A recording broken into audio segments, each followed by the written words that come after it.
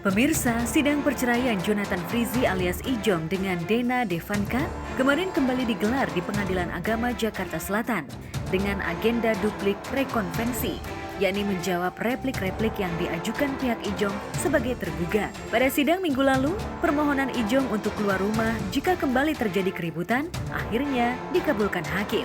Sama seperti sidang sebelumnya, baik Ijong maupun Dena tak hadir dalam sidang perceraian mereka. Lantas, apa tanggapan Ijong perihal isu perselingkuhan yang ditudingkan pihak Dena? Apa di dalam gugatan penggugat mengenai kejadian kan mungkin teman-teman udah tahu cerita ada wanita idaman lain apa segalanya, silakan buktikan. Kalau memang tidak terbukti ya di persidangan berarti tidak ada dong itu. Karena apapun katanya kan kita berbicara, kita membuat dalil, ya harus membuktikannya. Dalil kita itu benar atau tidak. Kalau tidak ada ya berarti hanya omongan-omongan aja. Dan hari ini duplik dalam rekonvensi kalau istilah hukumnya. Jadi itu dari pihak kami menjawab replik rekonvensi dari pihak tergugat. Hanya menjawab replik-repliknya mereka, tapi isinya kan kami nggak bisa karena ini sidang tertutup ya. Yang harus diketahui ini memang kalau perkara perkawinan ini sidangnya tertutup, jadi pokok perkaranya kami nggak bisa buka begitu. Perselingkuhan yang diduga perselingkuhan itu kapan? Kan saya udah bilang sebenarnya sudah tidak harmonis jauh sebelum 5 tahun ke belakang, 10 tahun ke belakang bahkan. Kecemburuan ini sudah dari awal gitu. Nah, mentok-mentoknya mungkin chemistry si Jonathan ini ketemu ketika berpasangan sama Ririn. Nah, itu yang membuat kecemburuan si perempuan ini menjadi-jadi.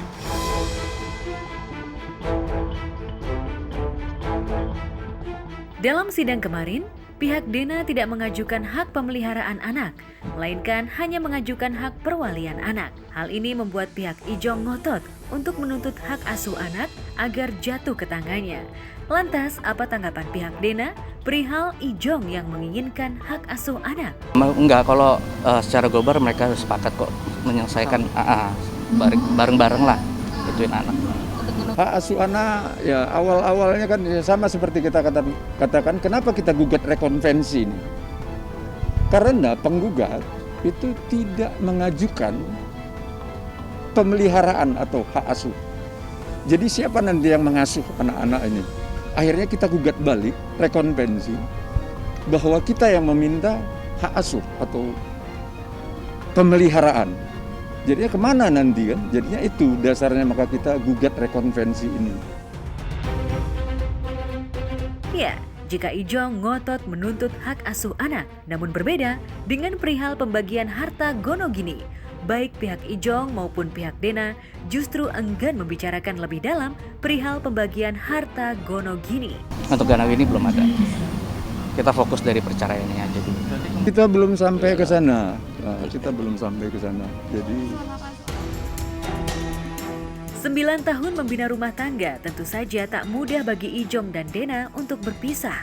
Apalagi keduanya sudah dianugerahi 3 orang anak. Meski keduanya sempat terlibat perseteruan hingga berujung saling lapor, namun tak dipungkiri keduanya masih memiliki rasa cinta hingga membuat keduanya memilih untuk berdamai.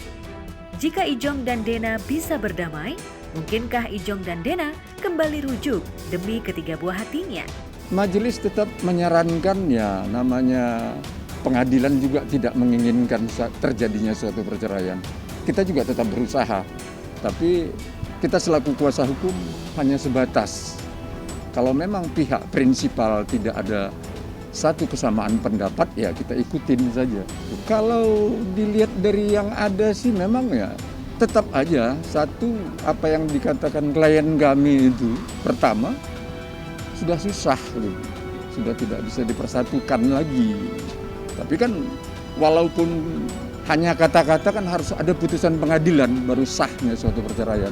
Memang jalan terbaik adalah pisah sih.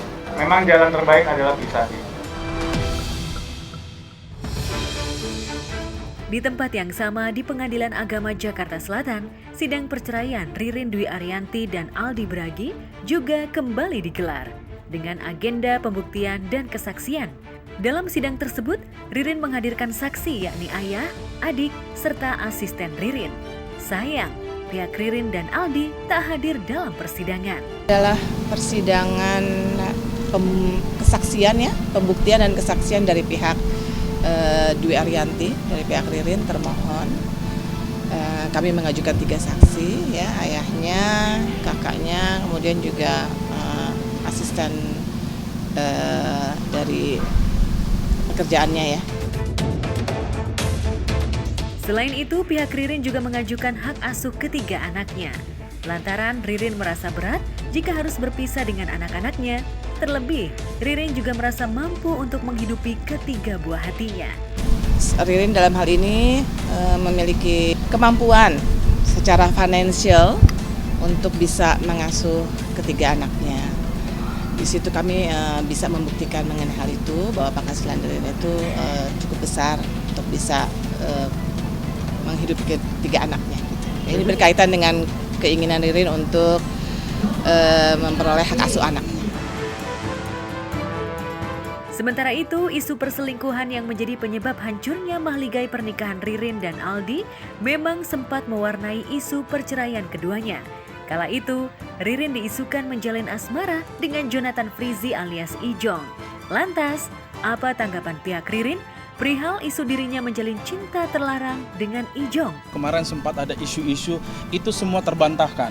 Dari awal persidangan hingga hari ini itu tidak ada, bahkan di pembuktian pun tidak ada. Jadi kalau misalnya ada yang menggulirkan isu-isu ada orang ketiga dan lain sebagainya, itu tidak berdasar. Sampai hari ini tidak ada pembuktian untuk itu.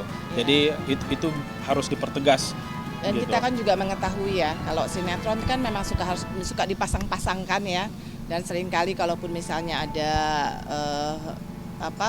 video di mana mereka membuat promo gitu ya, itu kan memang suatu hal yang kadang bisa menjadi bisa menjadi berita yang sebenarnya tidak benar.